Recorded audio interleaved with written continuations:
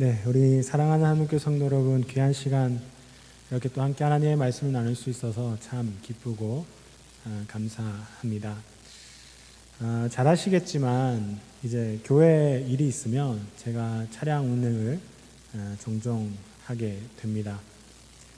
그럴 때면 감사하게도 차에 타시는 우리 성도님께서 운전을 참 잘한다고 그렇게 가끔 칭찬을 해주시지 않습니까? 근데 사실 좀 부끄러운 고백이긴 하지만 제가 우리 집에서 아마 차 사고를 가장 많이 냈던 것 같습니다. 뭐 크고 작은 뭐 큰 그런 사고는 아니더라도 아마 저희 집에서 차 사고는 제가 제일 많이 내지 않았나 생각이 됩니다. 대학생 때 일이었습니다.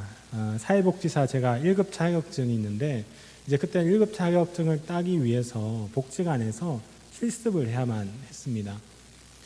이제 김천에 있을 때 사회복지관에 실습을 하려고 하면은 제가 꼭 운전을 하고 갔어야 했습니다. 거리가 좀 있기 때문에 운전을 하고 가야만 했는데 그날도 이제 일찍 아침에 일어나서 복지관에 가서 이제 도착을 하고 주차를 하려고 하는데 분명 이 후진 기어를 넣었을 때만 해도 차가 뒤에 보이지가 않았던 것이죠. 근데 그때 마치 후진을 할 때 차가 있었던 것 같습니다. 아마 그것을 사각지대라고 하죠. 그때 보이지가 않아서 이제 소형차 한 대를 뒤로 받게 되었습니다. 여기서 사실 사고 처리는 하면 되죠. 사실 근데 더 큰 문제는 다름 아닌 제 마음이었습니다. 저는 그날 온종일 실습에 집중할 수 없었습니다. 복숭아한 일을 돕고는 있었지만 마음에는 온종일 사고 났던 그 장소와 기억이 머물러 있었던 거죠. 또한 그때 조금만 더 조심했더라면 또 집에 가서 부모님은 어떤 소리를 하실까? 그리고 한 번만 더 뒤돌아 봤다라면 그런 후회와 좌절이 온종일 마음 가득했던 기억이 있습니다. 일상에 많이 쓰이는 우리나라 속담 중에 비둘기는 몸은 밖에 있어도 마음은 콩밭에 가 있다라는 말이 있지 않습니까? 이것은 잘 아시는 것처럼 사람이나 대상이 신체적으로는 한 곳에 있긴 하지만 마음이나 관심은 전혀 다른 곳에 두고 있다라는 의미가 됩니다. 그런데 사실 오늘의 교회와 성도의 마음이 이와 같지 않냐라는 거죠. 우리는 모두 하나님의 자녀로 또 거룩한 백성으로 살아갑니다. 그러나 늘 마음은 복잡하지요. 세상의 문제, 우리 자녀들의 문제, 직장의 문제, 또한 교회의 문제를 포함한 여러 삶의 문제가 우리의 마음을 복잡하게 합니다. 그래서 하나님 나라를 향하기보다 늘 우리의 마음이 다른 곳에 가도록 하는 것이죠. 두렵고 외롭고 지치고 힘이 듭니다. 그러다 보니 마음은 이제 세상의 잘못된 가치관을 향하게 됩니다. 집중하게 되죠. 교회에 나오지만 마음은 여전히 콩밭에 가 있습니다. 그런데 여러분, 하나님께서는 이처럼 혼란한 마음을 가진 자들에게 이렇게 선포하고 계시지요. 잠언 4장 23절 말씀입니다. 잠언 4장 23절 말씀 함께 읽겠습니다. 모든 지킬 만한 것 중에 더욱 내 마음을 지키라. 생명의 근원이 이에서 남이니라. 아멘. 아마 새벽 예배 때 제가 소개를 해드렸던 것 같습니다. 이 시대 기독교 변증의 대가였던 이 팀켈러 목사님이 쓴 내가 만드신 하나님의 자리를 훔치다 라는 그런 저서가 있습니다. 여기서 목사님께서는 오늘날 내 마음속을 지배하는 것을 크게 6가지 영역에서 살펴보고 계십니다. 첫 번째는 평생 소원입니다. 즉 오래 간절히 바랄수록 우상이 되기 쉽다라는 의미죠. 두 번째는 사랑입니다. 여기서 말하는 사랑은 세상적인 사랑으로 이 왜곡된 사랑은 결국 사람의 내면을 이 속을 파괴하는 우상과 또 같다라고 전하고 있습니다. 세 번째는 돈입니다. 이 팀켈러 목사님은 결국 이 풍요하고 또 풍요한 소유와 소비로도 이 영혼의 만족과 영혼의 갈급함은 해결하지 못한다. 그런 영혼의 헐벗음을 해결할 수 없다라고 설명하고 있습니다. 네 번째는 성취입니다. 성취. 이것은 어떠한 성공 신화도 인간의 한계를 넘을 수 없음을 의미하겠지요. 다섯 번째는 권력입니다. 권력의 의지는 두려움의 또 다른 얼굴이라고 말하면서 이건 역시 또 다른 우상이 되고 있습니다. 마지막은 가면을 쓴 숨은 신들로 오늘날 잘못된 문화와 또한 다양한 종교입니다. 은혜 없는 복음은 가짜 하나님을 만든다라는 것이죠. 여러분, 이처럼 현대 사람들의 마음에는 다양하고 교묘한 우상들 또한 걱정거리들로 가득한 그런 어그러진 세상을 살아가고 있습니다. 그렇게 하나님께서는 생명의 근원이 마음에서 나고 있다라고 말씀하시기까지 우리 마음의 중요성을 전하시는 것이죠. 그리고 그 잠언 곳곳에 이처럼 마음에 관한 하나님의 말씀이 자주 나타나지 않겠습니까? 우리 함께 말씀을 보도록 하겠습니다. 사무엘상 15장 35절 16장 1절까지 말씀 한번 읽어봅시다. 하나님의 말씀 보겠습니다. 사무엘이 죽는 날까지 사울을 다시 가서 보지 아니하였으니 이는 그가 사울을 위하여 슬퍼함이었고 여호와께서는 사울을 이스라엘 왕으로 삼으신 것을 후회하셨더라. 여호와께서 사무엘에게 이르시되 내가 이미 사울을 버려 이스라엘 왕이 되지 못하게 하였거늘 네가 그를 위하여 언제까지 슬퍼하겠느냐. 너는 뿔에 기름을 채워 가지고 가라. 내가 널 베들레헴 사람 이새에게로 보내리니 이는 내가 그의 아들 중에서 한 왕을 보았느니라 하시는지라. 아멘. 오늘 본문 말씀을 보기에 앞서서 먼저 상한 마음, 깨진 마음으로 결국 하나님께 죄를 범한 한 왕이 소개되고 있음을 알 수 있습니다. 우리 성도님들께서 잘 아시는 것처럼 이 이스라엘 백성들의 필요로 이 베냐민 지파 기스의 사람이었던 사울이 이스라엘의 첫 번째 왕이 된 것이죠. 이스라엘의 첫 번째 왕이 된 사울 왕은 열심히 이스라엘 백성을 다스려 왔습니다. 그런데 사울 왕의 마음은 점점 병이 들어갔지요. 그의 마음에 늘 하나님을 향한 거룩함과 사랑으로 가득 차 있었어야 하지만 다른 걱정들, 다른 욕심들, 다른 생각들이 사로잡았습니다. 결국 사울은 하나님의 말씀을 지켜 행하지 않고 여러 모습으로 하나님께 죄를 범하게 된 것이죠. 이 하나님께서는 사울을 왕으로 세운 것을 후회한다라고 표현하시기까지 사울의 행동을 안타깝게 여겼습니다. 그래서 하나님께서는 이제 사울을 대신할 새 왕을 세우기로 작정하신 것이지요. 그리고 선지자 사무엘을 불러 베들레헴 사람 이새에게 보내며 그의 아들 중에서 이스라엘의 다음 왕으로 세울 것을 전하십니다. 그리고 이처럼 오늘 본문 말씀에는 사울을 이어서 하나님 나라를 위한 기름 부은 왕을 세우는 그런 장면이 기록되어 있습니다. 본문 사무엘상 16장 6절 말씀입니다. 우리 함께 말씀 읽겠습니다. 그들이 오매 사무엘이 엘리압을 보고 마음에 이르기를 여호와의 기름 부으실 자가 과연 주님 앞에 있도다 하였더니. 아멘. 하나님의 말씀에 따라 이 사무엘 선지자는 베들레헴 사람 이새를 찾아가게 되죠. 그러나 하나님께서는 이새의 아들 중에 한 사람을 왕으로 세울 것이라 라고 말씀을 하셨지만 정작 그 중에 누가 왕이 되어야 할 것인지는 정확하게 말씀해 주시지 않으셨습니다. 그래서 사무엘은 이새의 아들 모두를 보기 원했죠. 그러자 이새의 첫 아들인 엘리압이 사무엘 선지자 앞에 옵니다. 사무엘은 엘리압을 보고 매우 만족했습니다. 그리고 이렇게 말하죠. 틀림없이 여호와께서는 여기 있는 이 사람을, 이 엘리압을 뽑을 것이다 라고 확신에 찬 이야기를 합니다. 여러분, 사무엘이 봤을 때 이 장자 엘리압은 그 누구보다 용맹스러워 보였고 용모가 뛰어나 보였을 것입니다. 그러나 하나님의 생각은 사무엘 선지자의 생각과는 달랐습니다. 그렇기에 사무엘의 확신에 찬 말에 하나님께서는 이렇게 말씀을 하고 계시지요. 우리 본문 사무엘상 16장 7절 전반절 말씀 한번 읽어보겠습니다. 여호와께서 사무엘에게 이르시되 그의 용모와 키를 보지 말라. 내가 이미 그를 버렸노라. 아멘.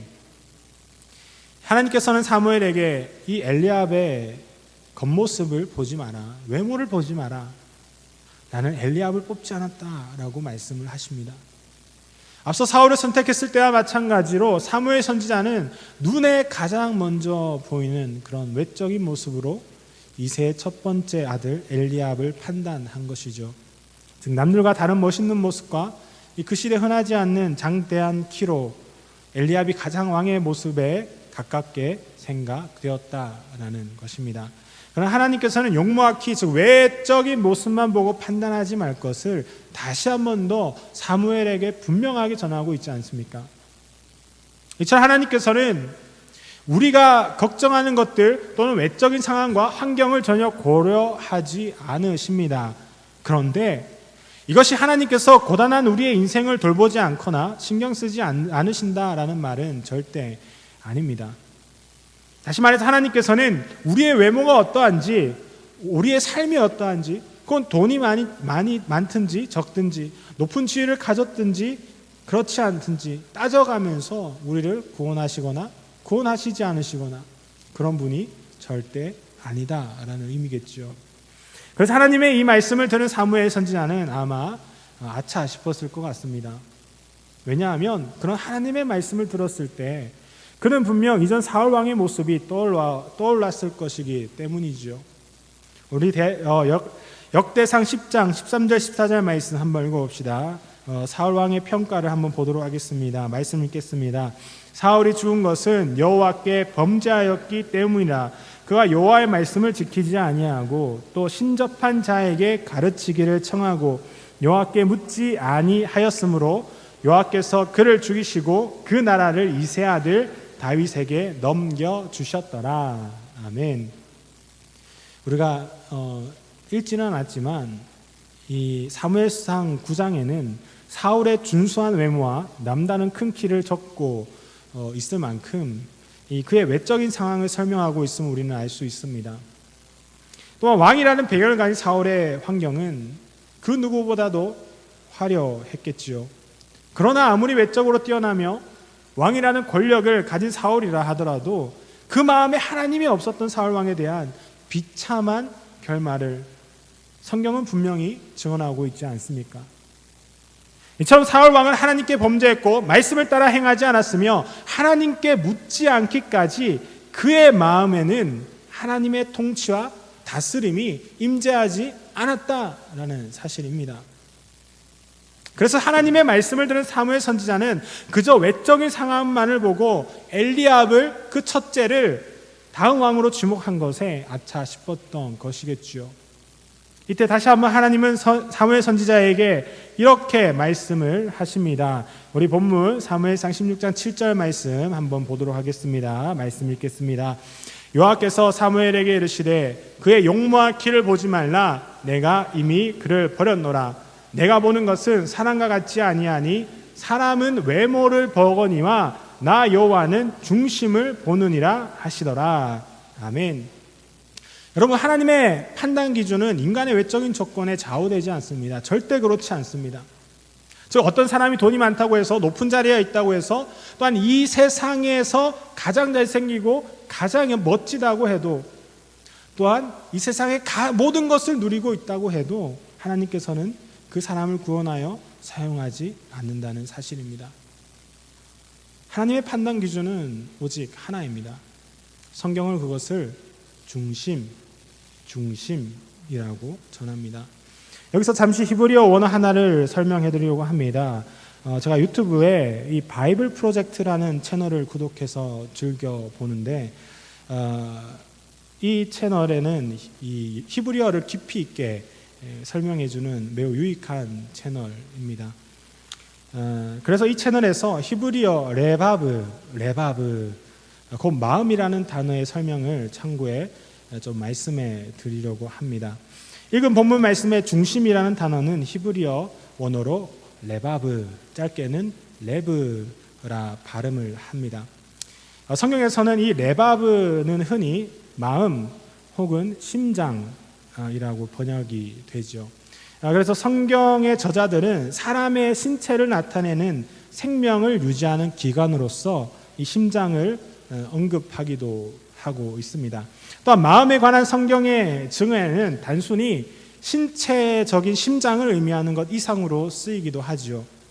예를 들어 잠언 14장에는 지혜는 명철한 자의 마음에 머문다라고 표현하면서 이 지혜와 마음을 동일시하기도 하고 있고, 또 솔로몬 왕이 그랬던 것처럼 진실과 거짓을 분별하는 그 지식의 마음이 사용되기도 했습니다.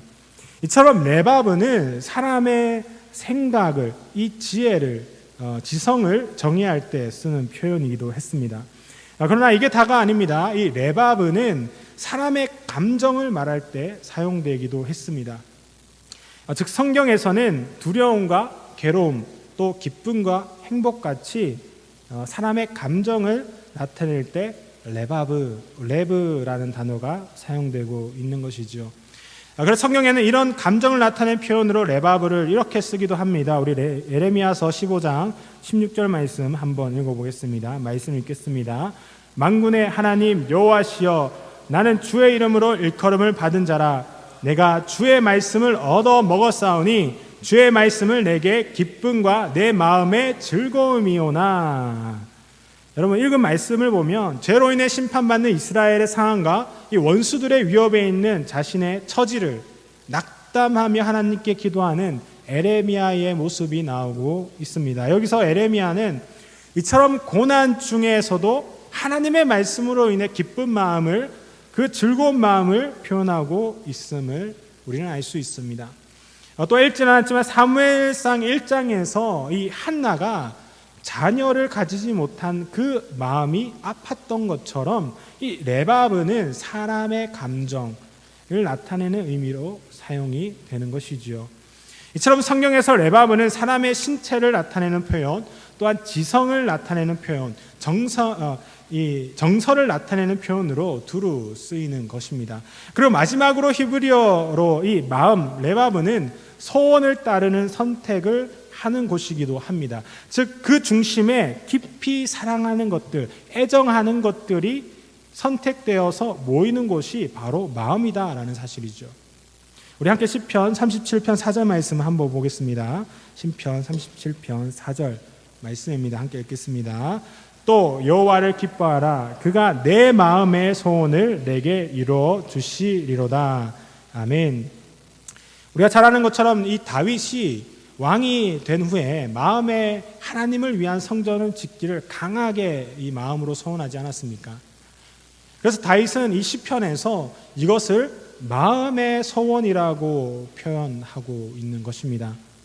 따라서 정말 강하게 열망하는 것, 마음속으로 추구하는 것, 그와 관련된 선택과 소원이 모이는 곳이 바로 이 레바브, 마음입니다. 여러분, 이처럼 성경의 마음이란 신체, 그리고 지성, 정서, 또한 선택을 포함해서 인간 전체 중심을 드러내는 의미가 되겠습니다. 그렇게 하나님께서 보시는 인간의 레바브, 곧 마음의 중심은 단순히 우리의 생각만을 말하는 것도 아니고 감정만을 말하는 것도 아니면서 선택과 행동만을 의미하는 건 역시 아닙니다. 즉 하나님께서 보시는 마음의 중심은 곧 인간의 전인적인 상태입니다. 하나님이 다스리는 지혜, 하나님이 통치하시는 감정, 하나님 나라를 위한 선택, 하나님 나라를 위한 행동처럼 이 모든 마음의 중심을 보신다는 사실입니다. 날마다 하늘에서 오는 지혜를 구하고 우리의 감정이 하나님으로 인한 기쁨과 감사와 또한 애통함으로 충만하고 하나님 나라의 소망 가운데 우리가 선택을 해나가면서 우린 육체적으로 하나님 나라를 위해서 행하는 것, 이것이 하나님이 원하시는 레바브, 중심이라는 의미입니다. 그러나 오늘의 교회와 성도의 마음의 중심은 어디에 있습니까? 우리 함께 다시 본문 사무엘상 16장 7절 말씀 읽도록 하겠습니다. 여호와께서 사무엘에게 이르시되 그의 용모와 키를 보지 말라. 내가 이미 그를 버렸노라. 내가 보는 것은 사람과 같지 아니하니 사람은 외모를 보거니와 나 여호와는 중심을 보느니라 하시더라. 아멘. 여러분, 흔히 우리나라를 성형 공화국이라고 합니다. 방학만 되면 사람들이 성형외과 병원에 줄을 선다고 하죠. 또 외국에서도 그렇게 많이 찾아온다고 합니다. 실력이 뛰어난 것은 참 좋은 일인 듯 하기도 합니다. 이처럼 우리나라에는 외모 지상주의가 너무 깊이 뿌리내려 있지 않습니까?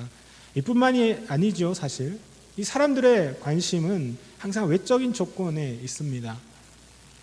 이름 있는 대학을 나와야 할 정도는 되어야 하고, 좋은 직장, 사람들이 알만한 좋은 차, 또 사람들이 알만한 좋은 아파트, 또 돈을 버는 것이 꿈이고 목표가 되었습니다. 즉 끊임없이 이런 것들이 사람들의 마음을 잠식하고 채워간다라는 것이죠. 그리고 이처럼 마음에 강하게 선택하고 소원한 것이 이제는 사람의 어그러진 지식으로, 사람의 삐뚤어진 감정으로, 사람의 자극적인 육체적인 만족으로 발산되는 것이지 않습니까? 그러나 분명한 것은 우리의 외모가 어떻든지, 좋은 직장을 가지고 있든지 없든지, 돈이 많든지 적든지 그런 것은 하나님의 판단 기준이 전혀 동음되지 않는다라는 사실이죠. 하나님께서는 오직 하나님의 다스림과 통치가 임하는 그 마음의 중심, 그 마음의 중심에, 그 온 삶에, 모든 전인적인 그 인간의 모습에 하나님이 계시는가, 하나님의 통치가 있는가, 하나님의 중심이 있는가를 보신다라는 사실입니다. 그렇게 하나님은 이처럼 다윗의 중심을 보시고 이스라엘의 다음 왕으로 다윗을 세우신 것입니다. 우리 본문 사무엘상 16장 11절과 12절 말씀 이어서 보겠습니다. 말씀을 읽겠습니다. 또 사무엘이 이새에게 이르되 내 아들이 다 여기 있느냐? 이새가 이르되 아직 막내가 남았는데 그는 양을 지키나이다. 사무엘이 이새에게 이르되 사람을 보내어 그를 데려오라. 그가 여기 오기까지는 우리가 식사 자리에 앉지 아니하겠노라. 이에 사람을 보내어 그를 데려오매 그의 빛이 붉고 눈이 빼어나고 얼굴이 아름답더라. 여호와께서 이르시되 이가 그니 일어나 기름을 부으라 하시는지라. 아멘. 여러분, 이새는 엘리압 다음으로 둘째 아들 이 아비나답을 선지자 사무엘에게 보입니다. 그러나 그 역시 하나님은 돌려보내시지요. 그렇게 이새 7번째 아들까지 사무엘 선지자에게 보이나 하나님은 아무도 택하지 않았습니다. 사무엘은 이새에게 아들이 더 있는지 물어봅니다. 그러자 이새는 양을 치고 있는 막내가 있다라고 대답을 하죠. 그러자 사무엘은 그 아이 역시 데려오라고 말을 합니다. 그리고 그 막내를 보시고 이 하나님은 사무엘에게 자, 바로 이 소년이다. 일어나 그에게 기름을 부으라 라고 전하고 계십니다. 여러분, 그 막내가 바로 다윗입니다. 하나님께서는 사람의 중심을 보시고 선택하신 이스라엘의 왕이 바로 다윗이었다라는 거죠. 그렇다면 하나님은 다윗의 어떤 중심을 보신 것일까? 어쩌면 정말 가장 막내로 늘 약하며 소외된 다윗을 왕으로 선택하신 그 이유가 어디에 있겠습니까? 잠시 전인적인 마음의 중심이 늘 하나님을 향했던 이 다윗의 삶을 우리가 보도록 하겠습니다. 성경의 증언을 보도록 하겠습니다. 사무엘상 17장 45절 말씀입니다. 함께 말씀 읽겠습니다. 다윗이 블레셋 사람에게 이르되 너는 칼과 창과 단창으로 내게 나아오거니와 나는 만군의 여호와의 이름 곧 내가 모욕하는 이스라엘 군대의 하나님의 이름으로 내게 나아가노라. 아멘. 사무엘하 6장 16절 말씀입니다. 함께 말씀 읽겠습니다. 여호와의 개가 다윗성으로 들어올 때에 사울의 딸 미갈이 창으로 내다보다가 다윗 왕이 여호와의 앞에서 뛰놀며 춤추는 것을 보고 심중에 그를 업신여기니라. 아멘. 우리 시편 51편 6절 말씀도 읽겠습니다. 함께 말씀 읽겠습니다. 보소서 주께서는 중심이 진실함을 원하시오니 내게 지혜를 은밀히 가르치시리이다. 아멘. 우리가 너무나 잘 아는 것처럼 이 다윗은 큰 어려움이 닥칠 때마다 오히려 하나님을 찾았습니다. 하나님 앞에 나아갔죠. 그리고 하나님만을 찾고 믿고 의지했습니다. 우리는 그 모습을 이 골리앗 앞에 선 다윗을 통해서 확인할 수 있었습니다. 이것은 오늘 사랑하는 성도 역시 마찬가지겠지요. 우리의 마음을 혼란하게 만드는 고난과 어려움, 누구에게나 찾아올 수 있습니다. 그러나 그 고난과 어려움에 집중하기보다 그 너머 살아계시는 하나님을 우리는 볼 수 있어야 하지 않겠습니까? 살아계신 하나님이 고통 가운데 있는 우리를 통치하시고 우리를 다스릴 수 있도록 마음의 중심을 말씀으로, 기도로, 예배로, 온 삶으로 붙잡아야 한다라는 의미입니다. 그뿐만이 아니죠. 읽은 말씀처럼 다윗은 하나님의 언약궤가 이스라엘로 다시 돌아왔을 때 춤을 추며 기뻐했습니다. 그의 감정이 너무나 하나님을 향해 기뻐했고 뜨겁게 감사했다라는 것이죠. 바지가 흘러내려도 왕의 체면에도 불구하고 그렇게 그의 감정이 하나님을 향했습니다. 또한 죄를 범했을 때도 마찬가지입니다. 우리는 죄로 인해 넘어지기 쉬운 연약한 인간이죠. 이로써 쉽게 우리의 마음이 깨지기도 합니다. 그러나 하나님께서 원하시는 성도의 마음은 그럼에도 불구하고 자복하고 회개하는 마음으로 하나님을 찾는 것이겠죠. 죄를 범했던 다윗은 이것을 철저하게 회개하면서 깨달았습니다. 그렇게 하나님께서는 중심이 진실함을 원한다고 다윗은 고백하고 있지 않습니까? 이처럼 다윗의 중심은 늘 하나님 앞에 있었습니다. 온 산 가운데 하나님과 그의 나라만을 생각했다라는 사실이죠. 그러나 오늘의 사랑하는 교회와 성도의 중심은 무엇을 바라보고 어디를 향하고 있습니까? 저와 여러분의 중심은 하나님 나라의 통치와 다스림으로 굳게 붙잡혀 있냐라는 것이지요. 우리 함께 예레미야서 17장 9절 말씀 보도록 하겠습니다. 예레미야서 17장 9절 말씀 함께 읽겠습니다. 만물보다 거짓되고 심히 부패한 것은 마음이라. 아멘. 또 에스겔서 36장 26절 말씀 함께 보도록 하겠습니다. 또 새 영을 너희 속에 두고 새 마음을 너희에게 주되 너희 육신에서 굳은 마음을 제거하고 부드러운 마음을 줄 것이며. 아멘. 여러분, 우리 인간의 마음 상태는 이 세상의 죄와 악함으로 말미암아 이 근본적으로 마음이 타락한 상태이지 않았습니까? 그래서 구약의 선지자들은 만물보다 거짓되고 심히 부패한 것이 마음이다라고 표현을 했습니다. 그리고 신약에서 사도 바울은 이것을 모든 사람이 죄를 범하였음에 하나님의 영광에 이르지 못했다라는 상태로 표현하기도 합니다. 이처럼 죄로 인해 산산이 부서진 마음으로 늘 악과 완고함에 고통받는 것이 우리 인간의 존재였다라는 사실이죠. 그러나 하나님께서는 그런 부서진 마음 가운데 죄로 인해 완고한 인간을 다시 회복시키기로 작정을 하셨습니다. 그래서 그 돌처럼 굳은 마음을 없애고 생명이 넘치는 새 마음을 주시기 위해서 예수 그리스도를 보내주신 것이겠죠.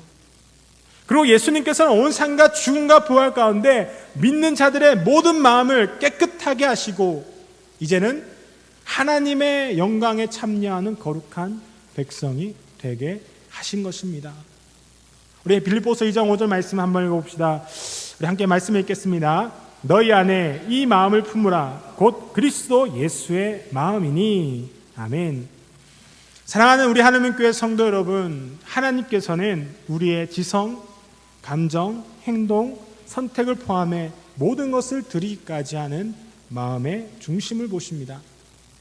예수님의 모든 삶이 그러하지 않았습니까? 그렇게 예수님께서는 온 삶과 죽음과 부활 가운데 세상을 사랑하시는 하나님의 그 깊은 마음을 우리에게 확증해 주신 것입니다. 이제 하나님께서는 이처럼 우리의 중심에 마음에 온 삶에 그리스도 예수의 마음을 품기를 요청하십니다. 그러나 우리의 마음의 중심은 여전히 이 세상의 공간만을 바라보고 있지는 않습니까? 여전히 해결되지 않은 삶의 문제가 우리의 온 삶과 마음을 짓누르고 있지는 않냐라는 것이지요. 그렇다면 우리의 그 마음과 온 삶을 깨끗하게 씻겨줄 수 있는 우리가 이제 하나님께 다시 나아갈 수 있기를 바랍니다. 예수 그리스도를 믿는 모든 자녀의 마음 가운데 하나님의 풍성한 다스림과 통치가 강하게 임재하기를 원합니다. 이제 행동과 선택, 감정과 소원, 더 나아가 미래와 실패까지도 하나님께 온전히 바치기까지 우리 성령의 기름 부음 받은 거룩한 백성으로 살아갈 수 있기를 바랍니다. 그래서 이처럼 중심을 전부 드리기까지 복된 사명을 잘 감당해 가는 우리 하늘문 교회와 성도와 성도의 모든 가정이 되기를 간절히 소망합니다. 말씀을 정리하겠습니다. 우리 함께 이사야서 40장 8절 말씀 함께 말씀을 읽겠습니다. 풀은 마르고 꽃은 시드나 우리 하나님의 말씀은 영원히 서리라 하라. 아멘. 또 사도행전 13장 21절과 22절 말씀입니다. 함께 말씀 보도록 하겠습니다. 그 후에 그들이 왕을 구하거늘 하나님이 베냐민 지파 사람 기스의 아들 사울을 40년간 주셨다가 패하시고 다윗을 왕으로 세우시고 증언하여 이르시되 내가 이새의 아들 다윗을 만나니 내 마음에 맞는 사람이라 내 뜻을 다 이루리라 하시더니. 아멘. 오늘의 시대에는 이 교묘하게 성도의 중심을 흔들고 속이고 지배하는 것들이 너무나 많이 있는 것 같습니다. 그러나 성도의 참 중심은 이처럼 믿을 수 있을 정도의 지식으로만 말씀을 보고 감정에 따라 섬기고 때에 따라 취사 선택하는 삶과 행동에 절대 있지 않습니다. 그렇게 오늘 기름 부음 받아 왕으로 선택된 다윗을 통해 이 외적인 상황과 환경보다 더 큰 은혜로 다가오시는 하나님을 우리는 만나게 되는 것이지요. 그리고 다윗의 중심은 이처럼 하나님을 향했습니다. 하지만 이 중심은 단순히 지적으로 하나님을 아는 것에 그치는 것이 아니었습니다. 감정적으로 하나님을 찾거나 행동만 하는 것이 더더욱 아니지요. 즉 하나님께서는 모든 소원과 선택과 전인적인 삶을 하나님께 둔 다윗의 레바브 곧 그 마음의 중심을 보신 것입니다. 그렇게 읽은 말씀처럼 성경에서는 사울과 비교해 다윗을 하나님의 마음에 맞는 사람, 옛날 성경으로는 하나님의 마음에 합한 자, 하나님의 뜻을 다 행할 사람으로 평가하고 있는 것이지 않겠습니까? 마지막으로 그렇다면 우리가 하나님의 마음에 맞기까지 온전한 성도의 중심을 회복하기 위해서는 어떻게 해야 할까요? 성경은 풀은 마르고 꽃은 시드나 세상의 모든 것이 변하고 세상의 모든 것이 바뀌어도 불변한 진리, 영원한 것은 오직 하나님의 말씀뿐이다 라고 증언합니다. 다시 말해서 세상의 가장 아름답고 가장 고상한 지식으로 인도하면서 감정에 따라 흔들림이 없고 성도의 소망과 선택의 방향을 제시하면서 성령 안에서 늘 행동하게 하는 그 하나님의 말씀에 성도의 중심을 다시 세워가야 한다라는 것이죠. 이제 하나님의 말씀 안에 성도의 마음 참 중심을 바로 회복해 갑시다. 그래서 온전한 왕으로 오셔서 죄로 인해 완고하여 상한 우리의 마음을 온전히 회복하고 구원하신 그리스도 예수의 마음을 함께 깊이 품을 수 있기를 바랍니다. 비록 여전히 상황은 어려울지라도 여전히 해결되지 않은 많은 문제와 고민 앞에 넘어지더라도 그 넘어 살아계신 하나님을 붙잡기까지 온 마음의 중심을 하나님께 기꺼이 내어 드립시다. 그래서 후에 하나님 앞에 이제 섰을 때 나의 자녀야 너희는 내 마음에 꼭 맞는 사람이란다. 너희는 내 뜻을 이 땅 가운데 다 잘 행했단다. 정말로 수고했다 라는 따뜻한 음성과 칭찬을 듣기까지 복음의 사명을 잘 감당하는 우리 하늘문 교회와 성도와 성도의 모든 가정이 되길 간절히 소망합니다. 우리 말씀을 생각하면서 찬양을 드리기 원합니다. 우리 찬양의 열기 마음의 예배라는 찬양입니다. 우리 가사를 생각하면서 함께 찬양 드리도록 하겠습니다.